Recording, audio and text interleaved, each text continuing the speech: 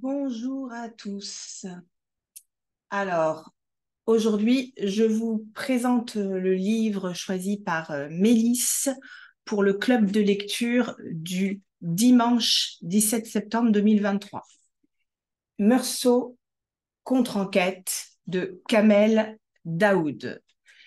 Alors, bien sûr, c'est un livre qui est intéressant à lire, surtout si vous avez lu auparavant L'étranger de Camus, parce que c'est un livre vraiment miroir, en écho à L'étranger de Camus. C'est comme une réponse ou c'est comme, on va dire, oui, une réponse à L'étranger de Camus ou tout simplement un complément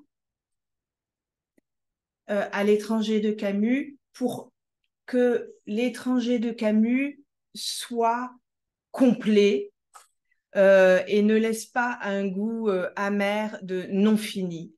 Parce que dans ce roman, Kamel Daoud nous donne des informations sur l'histoire qu'on ne connaît pas, l'histoire de la victime, de l'arabe de Camus, qui est cet arabe qui a été tué par Meursault. Quelle est sa vie? Quelle est sa famille? Donc, on nous complète le récit initial de Camus dans L'étranger.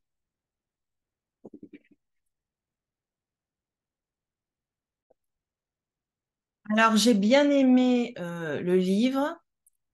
Au début, j'ai eu du mal à rentrer dedans, je vous avouerai.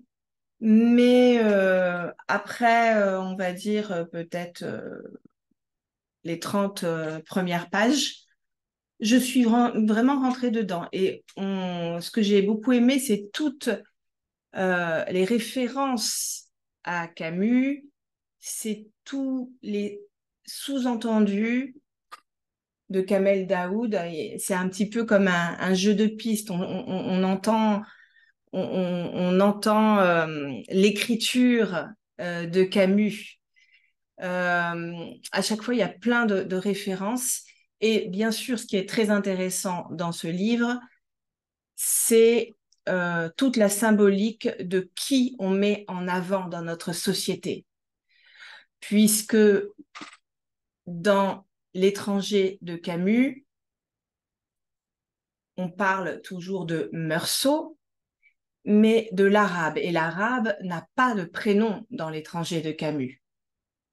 On ne sait pas comment il s'appelle, on ne connaît pas sa famille, on ne sait pas comment s'appelle sa mère, on ne sait pas comment s'appellent ses frères ou ses sœurs, on ne sait pas s'il en a, on ne sait rien sur la victime. Et je trouve que c'est aussi intéressant sur la société, même la société actuelle, où les médias donnent beaucoup d'informations sur ceux qui commettent des infractions, les auteurs d'infractions. Parfois, on sait comment ils s'appellent, même si on n'a pas envie de le savoir, on finit par le savoir, tellement on est matraqué par les médias avec leur nom, leur prénom. Par contre, on ne connaît pas le nom des victimes, comme si ce n'était pas intéressant. Qui on met en avant dans notre société? Et je trouve que le livre de Kamel Daoud nous rappelle ça aussi. Pourquoi on met en avant Meursault? Pourquoi on ne parle pas de la victime au procès? Alors, la technique aussi de Kamel Daoud est intéressante parce qu'il nous interpelle, il nous apostrophe, il nous dit ton héros, ton héros, euh, ton, ton héros en parlant de Meursault de l'étranger, puisque L'étranger de Camus est l'un des livres français les plus vendus au monde ou les plus lus au monde, hein. Je crois qu'il fait partie des 3 livres les plus vendus ou lus au monde, des livres français. Donc, sous-entendu, pardon, quand il dit ton héros, ton Meursault, Il dit, celui que tu as voulu mettre en avant, toi, la société peut-être occidentale, c'est lui que tu veux mettre en avant. Et il nous interpelle aussi et il nous oblige à nous regarder aussi, nous regarder, regarder notre société. Qu'est-ce qu'on met en avant? Qu'est-ce qui va nous intéresser le plus? Et bien sûr, dans le livre, il va donner un prénom à l'arabe. Et le prénom, c'est Moussa. Et en fait, qui parle? Le narrateur qui nous parle, c'est le frère de Moussa. C'est le frère de l'arabe de Camus dans L'étranger. Et lui, il s'appelle Haroun. Et il va nous raconter l'envers du décor et il va nous raconter ce qui se passe de son côté à lui, du côté de sa famille. Il va bien sûr nous parler de sa mère. Il y a toujours un effet miroir par rapport à la mère de Meursault. Il va nous parler de soleil, il va nous parler de la nuit, il va nous parler de la colonisation, il va nous parler du regard qu'on a quand on est du côté des colonisés et non du côté des colons. On va nous parler de l'histoire dans l'histoire de l'Algérie française et bien sûr de l'indépendance de l'Algérie en 1962 et que rien n'est complètement noir et complètement blanc, qu'il y a plein de nuances, mais que ces nuances, on ne nous permet pas forcément de les exprimer. Donc il y a énormément de choses qui sont distillées à travers le livre. Alors, c'est vrai que si vous n'avez pas lu L'étranger de Camus, vous allez passer à côté de plein de choses. Hein, donc, peut-être avant de lire Kamel Daoud, hein, puisque c'est Meursault contre-enquête, donc il y a eu une enquête avant. Donc, c'est bien de lire l'enquête avant de pouvoir lire la contre-enquête, mais on peut aussi lire le livre sans avoir lu L'étranger de Camus, mais bien sûr, c'est une autre lecture. Hein, on est sur autre chose. Qu'est-ce que je pourrais dire d'autre?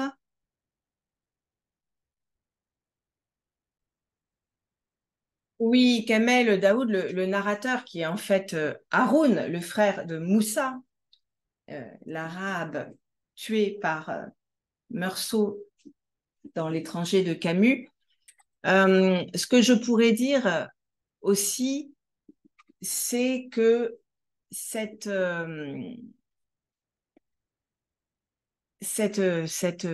version. Alors, attendez, il faut que je retrouve le fil de ma pensée. Ah oui, voilà ce que je voulais dire, c'est que Haroun, le frère de Moussa, dit qu'il a compté le nombre de fois où le prénom de Meursault est indiqué dans L'étranger de Camus. 25 fois. Et il dit, pendant 25 fois, tu as dit Meursault dans ton livre, dans le livre de Camus, et tu n'as même pas daigné une seule fois donner le prénom à la personne que tu as tuée, même pas une seule fois.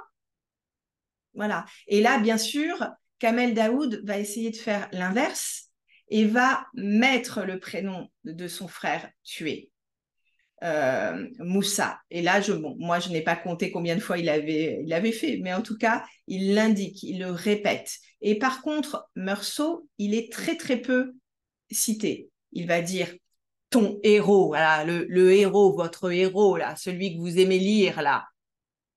Mais il va lui donner euh, très peu de place dans le livre, comme si c'était une réponse au comportement de Camus dans L'étranger. Donc, c'est un peu comme un livre de vengeance, et puis c'est aussi un livre qui montre à quel point, quand il y a un crime de commis et en l'espèce un homicide, il n'y a pas qu'une victime, il y a plein de victimes. Il y a des victimes collatérales, bien évidemment, des victimes au niveau, bien sûr, de la famille, de l'entourage. Et là, Haroun, le frère de Moussa, qui a été tué par Meursault, eh bien, sa vie, elle a été complètement façonnée par ce meurtre, par cet homicide. Donc ça, c'est toujours intéressant de voir. Et est-ce qu'on a envie d'avoir une vie façonnée par la mort de son frère? Bon, il y aurait plein de choses à dire. Alors, moi, ce que je vous propose, c'est tout simplement de vous lire un extrait. C'est un extrait que j'ai choisi à la page 70 du livre. Je l'ai choisi parce que il y a toutes les références, il y a les allusions aussi à l'indépendance, à l'Algérie française, à la grande histoire dans l'histoire, à toutes ces nuances, toutes ces implications. Voilà, je pense que c'était intéressant de choisir ça. Donc, je m'apprête à lire avec vous. Arabe, je ne me suis jamais sentie arabe, tu sais. C'est comme la négritude qui n'existe que par le regard du blanc. Dans le quartier, dans notre monde, on était musulmans, musulmans. On avait un prénom, un visage et des habitudes. Point. Point, period, point. Eux étaient les étrangers, les roumis que Dieu avait fait venir pour nous mettre à l'épreuve, mais dont les heures étaient de toute façon comptées. Ils partiraient un jour ou l'autre, c'était certain. Donc, les roumis, c'est le nom que les musulmans donnent aux chrétiens, les chrétiens. Donc, globalement, les Français, les Européens d'Algérie avant l'indépendance, on les appelait les Roumis parce que globalement, ils étaient chrétiens, les Roumis. Mais par extension, c'était les Européens dans les pays, dans les pays d'Afrique du Nord, on disait les Roumis. Donc, vous avez vu, les heures, de toute façon, étaient comptées. Donc, c'est intéressant quand on est colonisé, les personnes colonisées vont se dire ça ne va pas durer, il va y avoir une fin à tout ça. C'est juste une question de temps. Et je pense que chez les colons, on se dit aussi la même chose. Je reprends. C'est pourquoi on ne leur répondait pas, on se taisait. Shut up, se taire, shut up. C'est pourquoi on ne leur répondait pas. On se taisait en leur présence et on attendait adossé au mur. Ton écrivain meurtrier s'est trompé. Mon frère et son compagnon n'avaient pas du tout l'intention de les tuer. Lui et son ami Barbeau. Vous voyez, c'est ce que je vous disais. Ton écrivain meurtrier. Alors, il mélange, il associe Camus, Albert Camus, à Meursault, le héros de son livre, ou l'anti-héros de son livre, qui a tué Moussa, le frère d'Haroun, qui est à la fois le narrateur et le frère de Moussa, la victime de Meursault. Qu'ils partent tous, lui, le maquereau et les milliers d'autres. Donc là, bien sûr, une référence. Un maquereau, c'est quelqu'un qui prend l'argent des prostituées. Donc, c'est ce qu'on appelle aussi un proxénète. Donc, il y a des références au proxénète, au maquereau de l'étranger, de Camus. On le savait tous, et ce, dès la première enfance. On n'avait même pas besoin d'en parler. On savait qu'il finirait par partir. C'est ce qui arrivera, bien sûr, en 1962, avec l'indépendance de l'Algérie. Quand il nous arrivait de passer dans un quartier européen, nous nous amusions même à désigner les maisons en nous les partageant comme un butin de guerre. Celle-là est à moi, je l'ai touchée le premier, lançait l'un de nous, déclenchant des cris de surenchère. À 5 ans déjà, tu t'en rends compte? Comme si on avait eu l'intuition de ce qui se passerait à l'indépendance avec les armes en moins. Et effectivement, Haroun explique après que sa mère et lui vont s'approprier la maison d'un Européen, d'un Roumi, d'un ancien colon où sa mère travaillait. Ils vont considérer que c'est maintenant leur maison, comme si c'était reprendre leurs droits. Il a donc fallu le regard de ton héros que mon frère, pour que mon frère devienne un arabe et en meure. Je recommence. Il a donc fallu le regard de ton héros pour que mon frère devienne un arabe et en meure. J'ai du mal. Alors, ton héros, H aspiré, hein, on ne dit pas ton héros, non, ton héros, parce que si je dis ton héros, on pense à l'héroïne, la drogue. Donc, c'est bien un H aspiré. Il a donc fallu le regard de ton héros pour que mon frère devienne un arabe et en meure. Hein, c'est le verbe mourir, hein, en meurt. Ce matin maudit de l'été 1942, Moussa avait annoncé, comme je te l'ai déjà dit plusieurs fois, qu'il allait rentrer plus tôt. Donc, c'est pendant l'été 1942 que son frère Moussa a été tué par Meursault.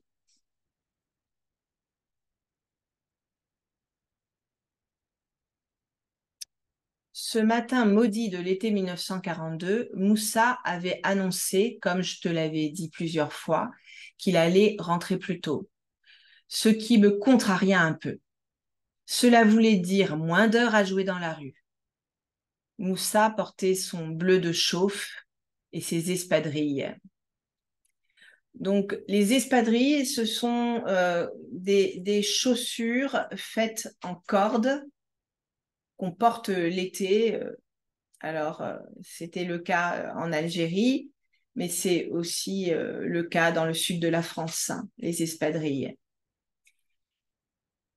Il but son café au lait, regarda les murs comme on feuillette aujourd'hui son agenda, puis se leva d'un coup, après avoir décidé peut-être de son itinéraire définitif et de l'heure du rendez-vous avec quelques-uns de ses amis. Chaque jour ou presque était ainsi fait. Une sortie le matin, puis, quand il n'y avait plus de travail au port ou au marché, de longues heures de désœuvrement. Donc le désœuvrement, ça veut dire ne rien faire, ne pas savoir quoi faire. Moussa a claqué la porte derrière lui, laissant la question posée par ma mère sans réponse. « Est-ce que tu apporteras du pain ?» Un point me taraude en particulier. Comment mon frère s'est-il retrouvé sur cette plage? On ne le saura jamais. Ce détail est un incommensurable mystère et donne le vertige quand on se demande ensuite comment un homme peut perdre son prénom, puis sa vie, puis son propre cadavre en une seule journée. Au fond, c'est cela, oui, cette histoire. Je me permets d'être grandiloquent et celle de tous les gens de cette époque. On était Moussa pour les siens dans son quartier. Mais il suffisait de faire quelques mètres dans la ville des Français. Il suffisait d'un seul regard de l'un d'entre eux pour tout perdre.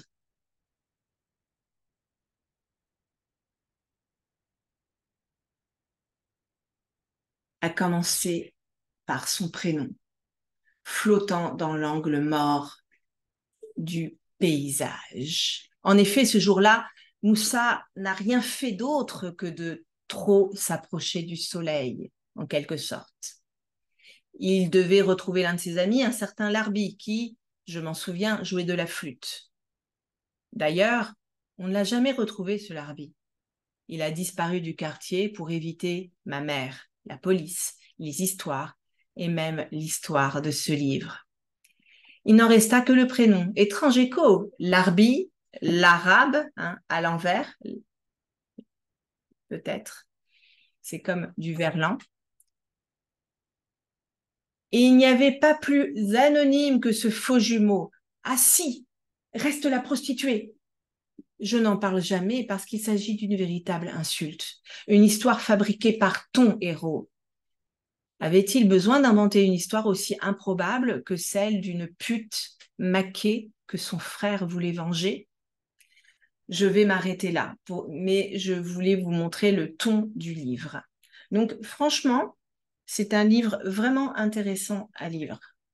Et moi, personnellement, ça m'a donné envie de compléter plein d'autres livres, de me dire, tiens, de me placer à la place d'un personnage secondaire qu'un auteur n'a pas approfondi.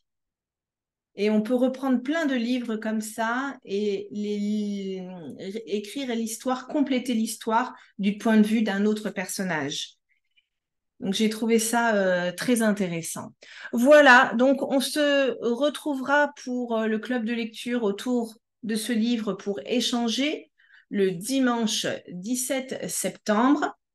Donc si vous êtes plutôt côté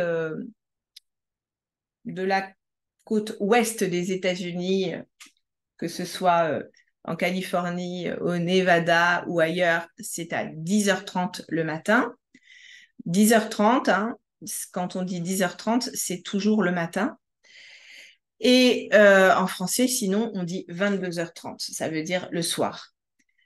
Et pour, si vous habitez plutôt côte est, du côté de New York, côte est des États-Unis, c'est plutôt à 13h30, ça veut dire 1:30 p.m., 13h30 pour le rappel, et ça dure 1 heure. Donc, si ça vous intéresse d'échanger et de discuter en français autour de ce livre, ce sera avec grand plaisir pour moi de vous y retrouver. Plein de bonnes choses à vous, très bonne lecture et à bientôt pour une prochaine séance d'un club de lecture ou d'un retour de lecture. Au revoir.